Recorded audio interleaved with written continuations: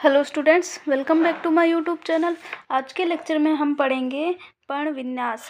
इससे पहले का जो लेक्चर है चैप्टर 5 मैंने स्टार्ट किया था पुष्पी पादपों के आकार की।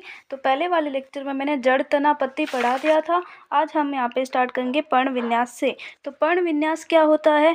तने, जो हमारा तना होता है पेड़ के, और उस पर जो शाखा होती है तने के ऊपर, उन पे जो पत्तियाँ लगी रहती है वो जिस प्रकार से लगी रहती है वो पत्ती के लगने के क्रम को ही पर्ण विन्यास कहते हैं। यानी तने या शाखा के ऊपर पत्ती के लगने के विन्यास को या फिर पत्ती के लगने के क्रम को ही पर्ण विन्यास कहते हैं। कितने प्रकार का होता है? 3 प्रकार का होता है। तो एक होता है एकांतर, दूसरा सम्मुख और तीसरा होता है चक्करदार। एकांतर का मतलब है कि एक पत्ती एक दिशा में होगी तो दूसरी पत्ती उसकी विपरीत दिशा में लगी होगी। सम्मुख का मतलब दोनों पत्तियां आमने सामने लगी होगी। और चक्करदार का मतलब है ऐसे सर्किल टाइप में लगी रहेगी, ऐसे चक्कर के रूप में लगी रहेगी। तो इसके एग्जाम्पल भी देख लेते हैं। एकांतर प्रकार के पर्ण विन्यास में एक अकेली पत्ती प्रत्येक गांठ पर एकांतर रूप में लगी रहती है। यानी इस प्रकार से, एक इधर एक इधर, एक इधर एक इधर, इस प्रकार से। तो इसका एग्जाम्पल है यहाँ पे गुड़हल, सरसों, सूरजमुखी। तो ये तीनों इसके एग्जाम्पल है। ये गुड़हल का देख लो, एक इधर है एक इधर, इस प्रकार से ये लगी हुई है। फिर है कि सम्मुख प्रकार के पर्ण विन्यास में प्रत्येक गांठ पर एक जोड़ी पत्ती निकलती है। यहाँ से एक इधर, यानी आमने सामने पत्तियां लगी है। इसका एग्जाम्पल है अमरूद और आक। 2 हो गए। यदि एक ही गांठ पर 2 से अधिक पत्तियां निकलती है और वे उसके चारों ओर एक चक्कर सा बनाती है तो उसे चक्करदार पर्ण विन्यास कहते हैं। एलेस्टोनिया डेविल्ट्रिस का एग्जाम्पल है, इम्पोर्टेंट है। और यहाँ पे ये चंपा है जो मतलब चक्करदार है, ऐसे चक्कर में लगी रहती है। देखो नीचे पूरे एक ही गांठ से बहुत सारी पत्तियां निकल के चक्कर बना रही है। अब आता है कि पुष्पक्रम। पुष्पक्रम क्या होता है कि फूल एक रूपांतरित पर्रो है, ठीक है, जहाँ पर पर्रो का शीर्ष मेरिस्टेम पुष्पी मेरिस्टेम से परिवर्तित हो जाता है। इसका मतलब है कि जो शीर्ष होता है, तना होता है, उसका शीर्ष के ऊपर मेरिस्टेम विभज्योतक की कोशिकाएं होती है। वहाँ से जो पुष्प है वो मेरिस्टेम में परिवर्तित हो जाता है, यानी विभज्योतक की कोशिकाएं वहाँ पे पुष्प का निर्माण करती है।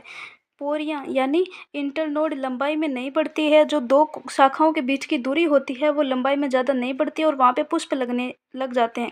और अक्ष है वो दबकर रह जाती है। जहाँ पे पुष्प लगना स्टार्ट हो जाता है वहाँ पे वो उतनी ज़्यादा वृद्धि नहीं करता, अक्ष यहाँ पे दब के रह जाती है। गांठों पर क्रमानुसार पत्तियों की बजाय पुष्पी उपांग निकलते हैं। पुष्पी उपांग का मतलब है कि जो पुमंग और जायांग है वो वहाँ पे निकलते हैं। जब पर्रोह शीर्ष फूल में परिवर्तित हो जाता है तब वह सदैव अकेला होता है। जब अगर पर्रोह के ऊपर शीर्ष पे अगर फूल होता है तो वो अकेला होता है, और अगर साइड में होंगे तो वो बहुत सारे फूल होंगे। तो पुष्पी अक्ष पर फूलों के लगने के क्रम को ही पुष्पक्रम कहते हैं। पुष्पक्रम यहाँ पे मेन था हमारा। तो पुष्पक्रम क्या है?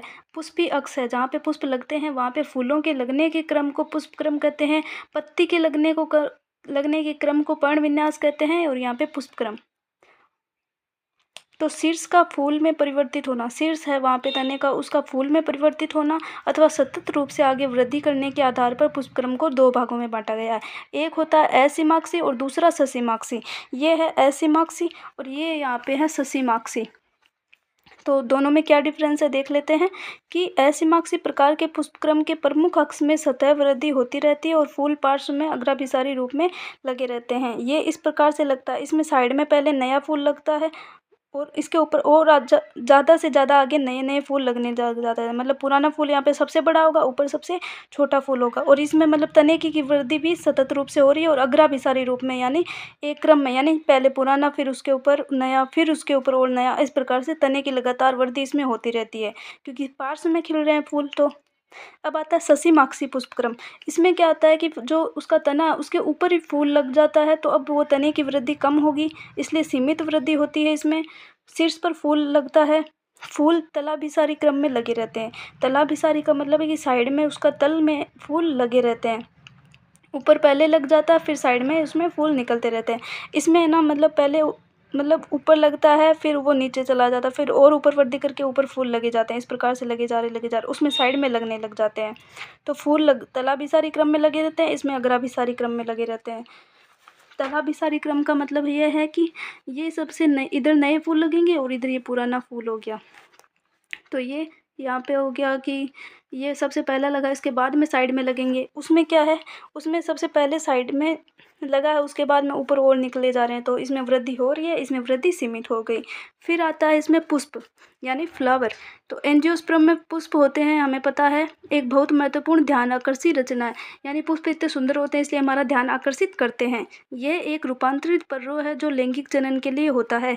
लैंगिक जनन के लिए पर्रों का रूपांतरण होता है और पुष्प बनता है।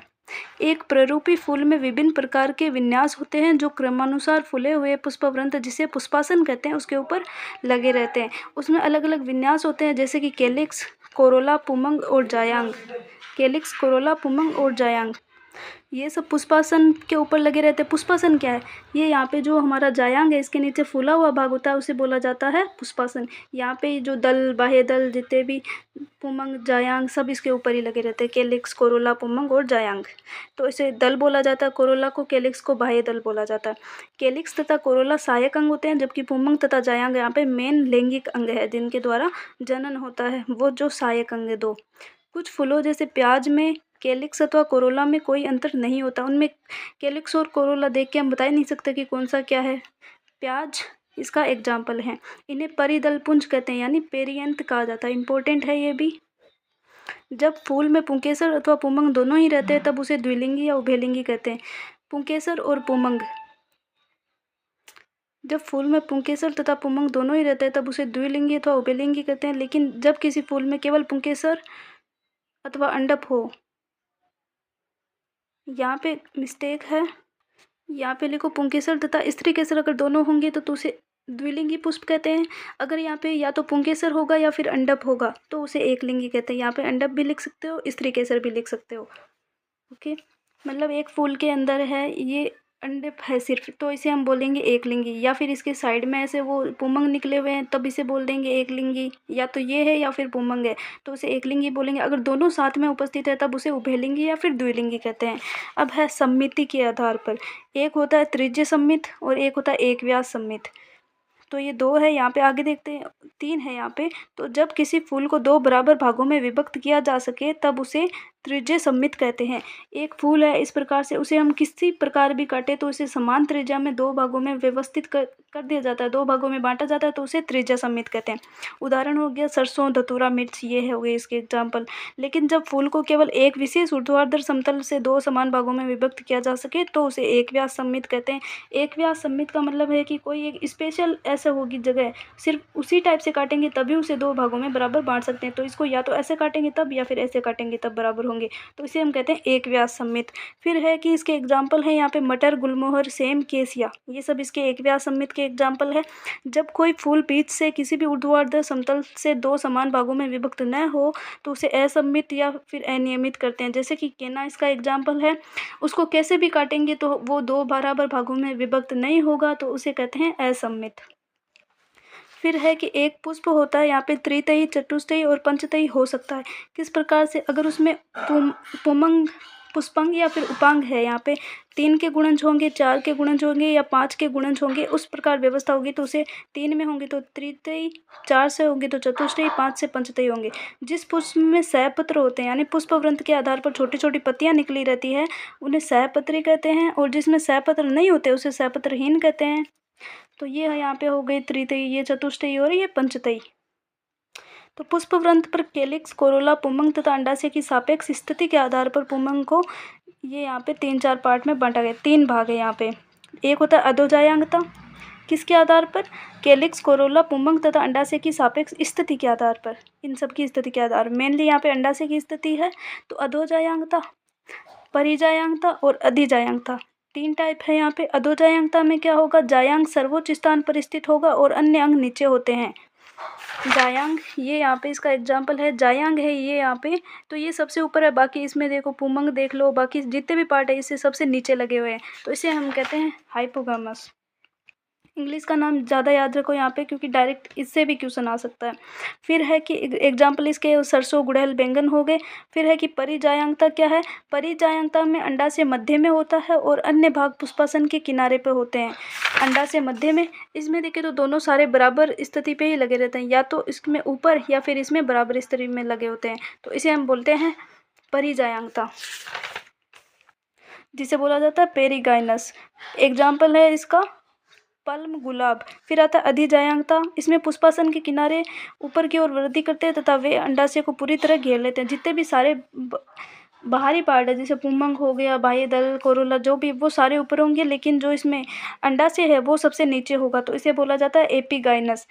हाइपोगाइनस में क्या होगा, अंडाशय नीचे होगा। हाइपोगाइनस में अंडाशय ऊपर होगा। इसमें बराबर भी हो सकते हैं और बाकी मतलब अंडाशय तो बराबर ही होता है, बाकी भाग इससे ऊपर भी हो सकते हैं, लेकिन इसमें क्या होगा, इसके अंदर जो अंडाशय है वो बिल्कुल नीचे होगा। एग्जाम्पल है इसका सूरजमुखी, अमरूद, घिया।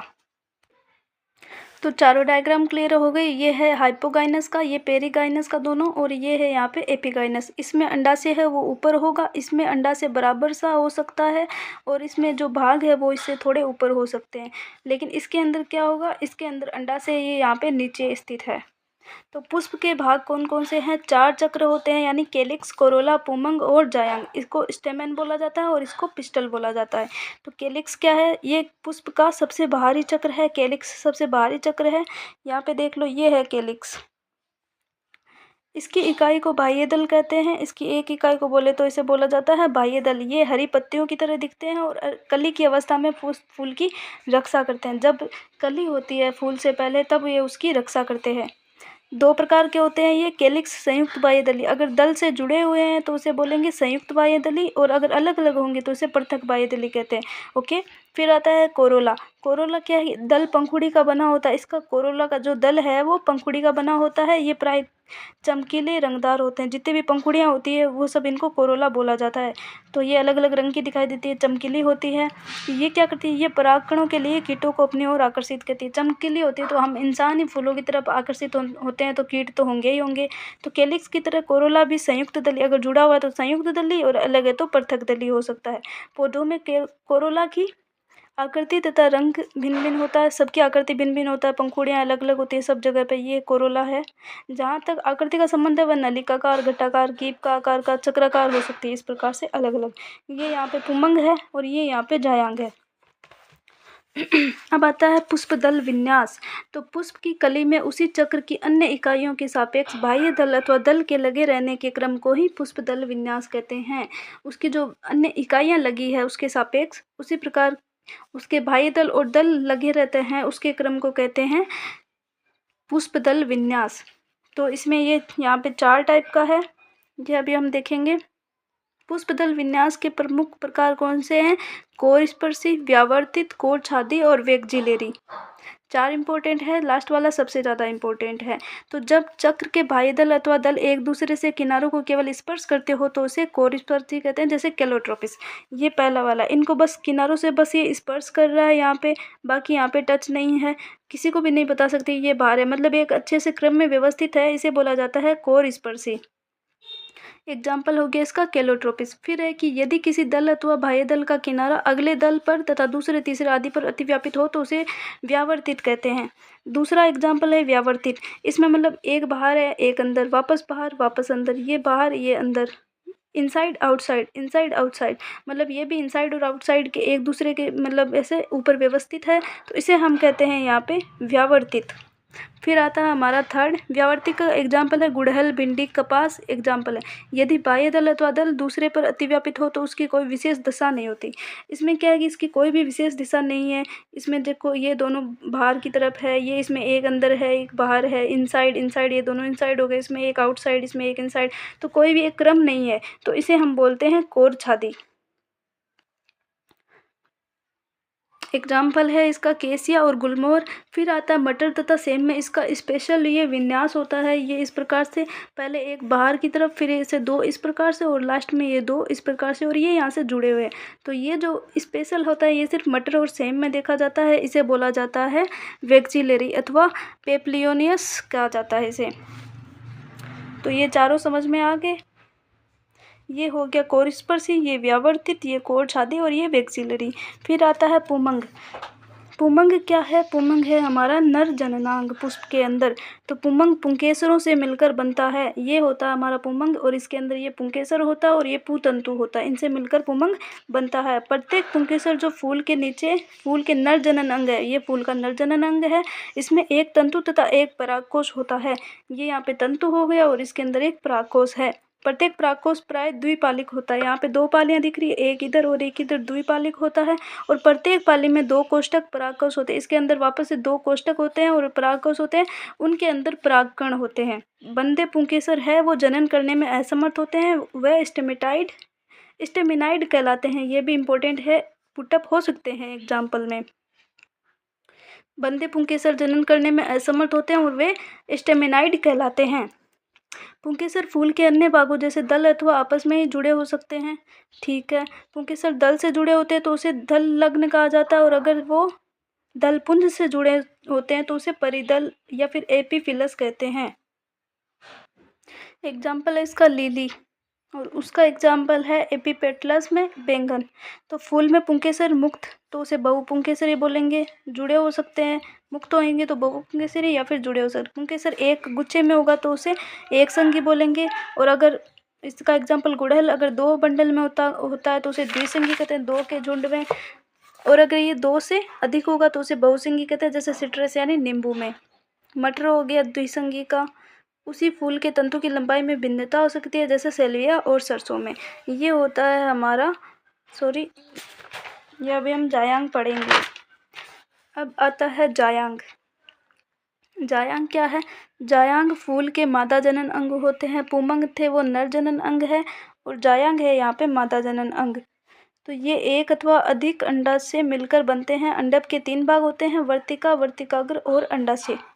अंडप तो ये यहाँ पे 3 है, ये वर्तिकाग्र, ये वर्तिका और ये अंडाशय। इसके अंदर बीजांड होते हैं।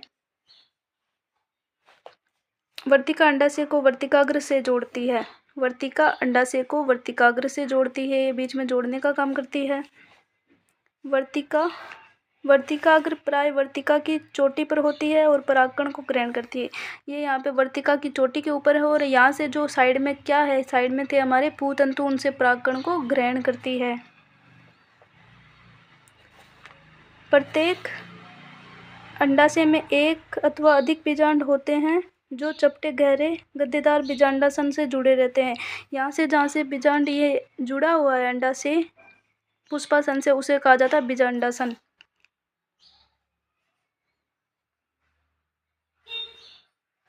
जब एक से अधिक अंडप होते हैं तब वे पृथक मुक्त होते हैं, जैसे कि गुलाब और कमल में इन्हें वियुक्तांड भी कहा जाता है। और अगर वो जुड़े हुए होते हैं जैसे मटर और टमाटर में, तो इसे युक्तांड भी कहा जाता है। निषेचन के बाद बीजांड से बीज और अंडाशय से फल बन जाता है। जब निषेचन हो जाता है तो बीजांड से तो बीज बन जाता है और अंडाशय से फल बन जाता है। अब क्या है बीजांडान्यास क्या है यहाँ पे? तो अंडाशय में बीजांड के लगे रहने के क्रम को बीजांडान्यास या फिर प्लेसेंटेशन कहा जाता है। जैसे हमने पढ़ा था कि पुष्प के लगे क्रम को कहा जाता है पुष्प क्रम, उसी प्रकार से बीजांड अंडाशय में बीजांड के लगे रहने के क्रम को बीजांडान्यास कहा जाता है या फिर प्लेसेंटेशन कहा जाता है। बीजांडान्यास सीमांत, स्तंभीय, भित्तीय, आधारीय इस प्रकार से हो सकते हैं। तो पहला क्या है कि सीमांत में बीजांडासन अंडाशय के अधर सीवन के साथ साथ कटक बनाता है और बीजांड कटक पर स्थित होते हैं और 2 कतारें बनती है, जैसे कि मटर में।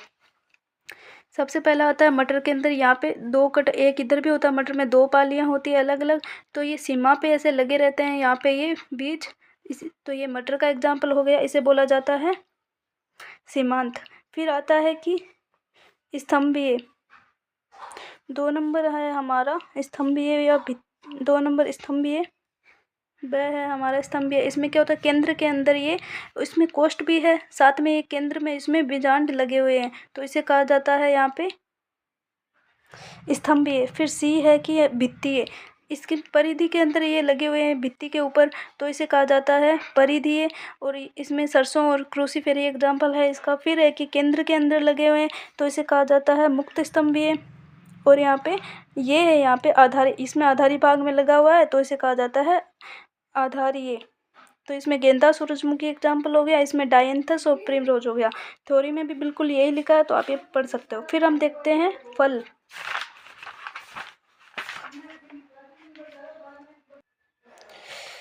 फल क्या है? फल पुष्पी पादपों का एक प्रमुख लक्षण है। जिस पौधे में पुष्प होते हैं उसके अंदर फल भी होता है।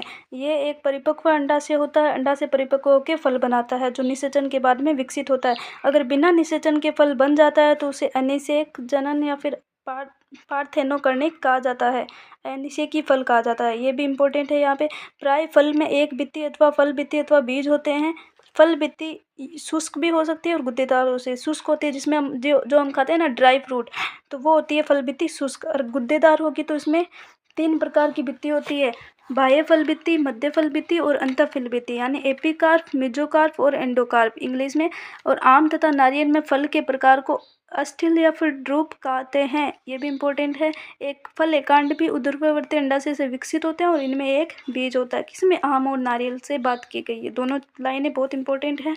आम में फल बित्ती बाह्य फल बित्ती गुद्देदार एवं खाने योग्य, मध्य फल बित्ती बाह्य जो फल बित्ती है वो ये रही बाह्य फल बित्ती जिसको हम उतार के फेंक देते हैं छिलके को। फिर होती है मध्य फल बित्ती, ये खाने योग्य होती है। और भीतरी फल बित्ती पथरीली अंतः फल बित्ती की सुस्पष्ट रूप से और अंदर उसमें बीज होता है।